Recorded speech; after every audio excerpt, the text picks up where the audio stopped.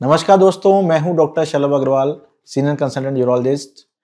आप kidney stone से बार बार परेशान हैं और आपने डिसाइड कर लिया है कि आपको आरआईआरएस सर्जरी करानी है, लेकिन आरआईआरएस क्या होता है, कैसे होता है, आपको यह नहीं पता।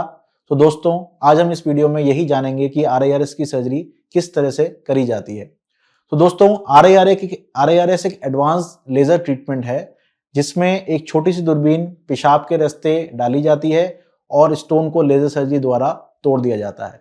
तो दोस्तों, इस सर्जरी की शुरुआत हम कैसे करते हैं? सबसे पहले पेशेंट के हम कुछ टेस्ट करते हैं, ये देखने के लिए कि उनकी एनेस्थीसिया या बेहोशी देने के लिए कंडीशन सूटेबल है या नहीं है। इसमें सिंपल कुछ ब्लड टेस्ट, एक्सरे, ईसीजी और एनेस्थेटिक्स की रिक्वायरमेंट के अकॉर्डिंग या पेशेंट की रिक्वायरमेंट के अकॉर्डिंग कुछ और एडिशनल टेस्ट भी हो सकते हैं। ये सब जांचने के बाद पेशेंट हॉस्पिटल में भर्ती होता है। हॉस्पिटल में भर्ती होने के बाद पेशेंट को ओटी या ऑपरेशन थिएटर में ले जाया जाता है और सबसे पहले उसको एनेस्थीसिया दिया जाता है। एनेस्थीसिया जनरल एनेस्थीसिया या स्पाइनल एनेस्थीसिया, जिसमें कि आधा बॉडी का पार्ट नम होता है, या पूरा एनेस्थीसिया जिसको हम जनरल एनेस्थीसिया कहते हैं। ये दोनों में से कोई भी एनेस्थीसिया चूज करा जा सकता है।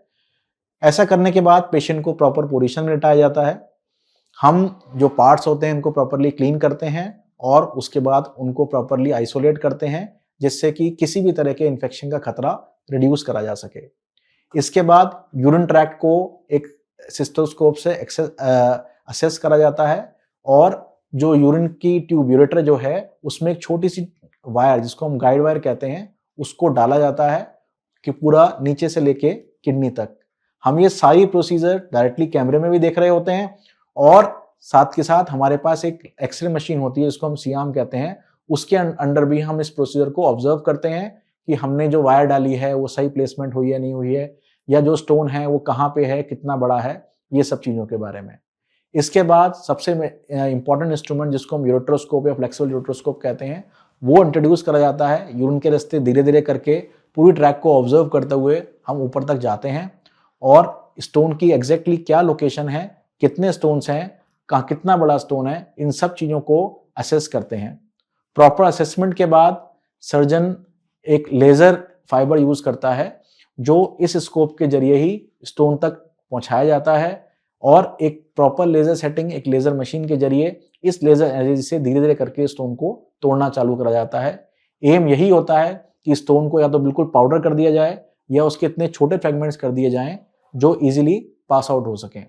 इस प्रोसीजर को जब हम करते हैं तो हम एक इरिगेशन सिस्टम यूज करते हैं जिसके कि मल्टीपल काम है। एक तो कि सिस्टम को डिस्टेंड करके रखना, उसको फुला के रखना ताकि चीजें हम देख सकें।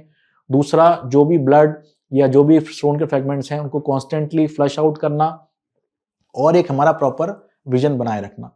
जब स्टोन पूरा टूट जाता है उसके बाद इस प्रोसीजर के एंड में एक छोटी सी सिलिकॉन ट्यूब जिसको हम स्टेंट कहते हैं वो अंदर डाल दिया जाता है। अगेन स्टेंट के मल्टीपल रीजंस होते हैं डालने के लिए। जहाँ से स्टोन को निकाला जाता है वहाँ पे अक्सर घाव होता है और इस घाव की वजह से अक्सर यूरेटर की दीवारें या किडनी की दीवारें आपस में चिपक जाती हैं।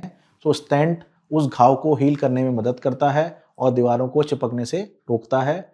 जो स्टोन के फ्रेगमेंट्स हैं, छोटे या डस्ट हैं या ब्लड क्लॉट्स हैं, वो सब इजीली निकलते रहें और किडनी का रास्ता ब्लॉक नहीं हो। अगेन स्टेंट उसके लिए यूजफुल रहता है।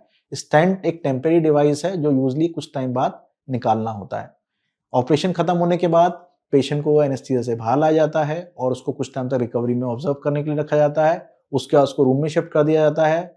आरआईआरएस सर्जरी के बाद यूजली हम 2-3-4 घंटे बाद पेशेंट का नॉर्मल खाना पीना चालू कर देते हैं। नॉर्मल पेशेंट को वॉक कराना भी अलाउ कर देते हैं।